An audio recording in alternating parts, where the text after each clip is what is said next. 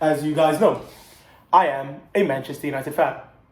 And as a fan of Manchester United, you have to be a fan of Mr. Manchester United. We all know who I'm talking about. It's Marcus Rashford. Yes, ladies and gentlemen, Marcus Rashford is the topic of discussion for today's video. Welcome back to the Jose channel. I firstly want to say, this video is neither a hate nor praise video to Marcus Rashford. It's simply, let's say, a collection of my thoughts. With that being said, let's get straight into the video. Also, I hope you guys are all appreciating this angle. I tried to go with something different this time around. Firstly, I'd like to say, I am incredibly in love with Marcus Rashford's story. His story is so inspiring that it almost sounds like he's in industry pounds. Born and bred in Manchester, poor in his life. But he battles his way all throughout the academy until he eventually gets his shot due to Martial, fortunately for once, getting an injury. In that game, gets his opportunities, he takes his chances, and from there, the rest is history. Bro, I mean, ladies and gentlemen, what a story! Now, on top of Marcus Rashford being an exceptional example of hard work pays off, he is also an incredible person. I mean, look, Marcus Rashford has constantly given back to his community. He didn't have to, but he still did. All that charity work he does not go unnoticed, even to the point he eventually got an MBE. Marcus Rashford, even if you weren't an incredible footballer, you are an incredible person. But for this video, I want to talk about his footballing ability. I am someone that firmly believes Marcus Rashford is in the same category as Mbappe and Vinicius in terms of ability and talent. But unfortunately, Marcus Rashford has been plagued by a single word that has brought him to a category below the other two players I just mentioned. The word is inconsistency.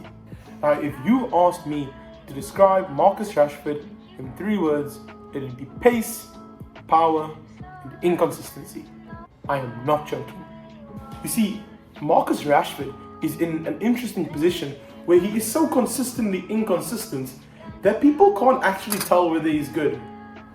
I mean, look, Marcus Rashford's best season was in 22-23 season under Ten Hag. He jogged, I think, 43 or 42 or 41 goals and assists. Absolutely ridiculous numbers and a Ballon d'Or worthy season, if I'm being honest, if we compare it to who just won, Roger. But then, the very next season, he drops less than half of those numbers. Like, how? And then people will talk about tactics. They'll talk about the overlapping fullback needing to be the wide playmaker so that Rashford can go inside, and then the fullback goes up into the double pivot, and the midfielder goes as the extra creator, and then the striker drop back. No.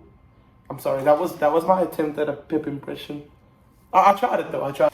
I will defend Rashford somewhat because I think he hasn't been coached throughout his career. I think he's the exact same player he was 5 years ago.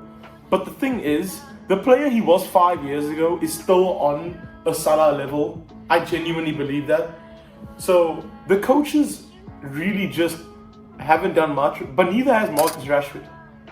A lot of people bash Marcus Rashford because of the fact that he doesn't track back, but people fail to understand that is the only hole in his game. Like, his game IQ is really high. He's an athletic monster. He's extremely agile and he's 6 foot. He can play striker, left wing and right wing pretty comfortably. Look, Marcus Rashford's inability to cope with the media has ultimately led to his inconsistency and his downfall. I want to use Cole Palmer as an example for what Marcus Rashford could have done right. Cole Palmer is a player that has never let the media affect him. He's been glorified to be the new Messi, and he knows he's nowhere near that.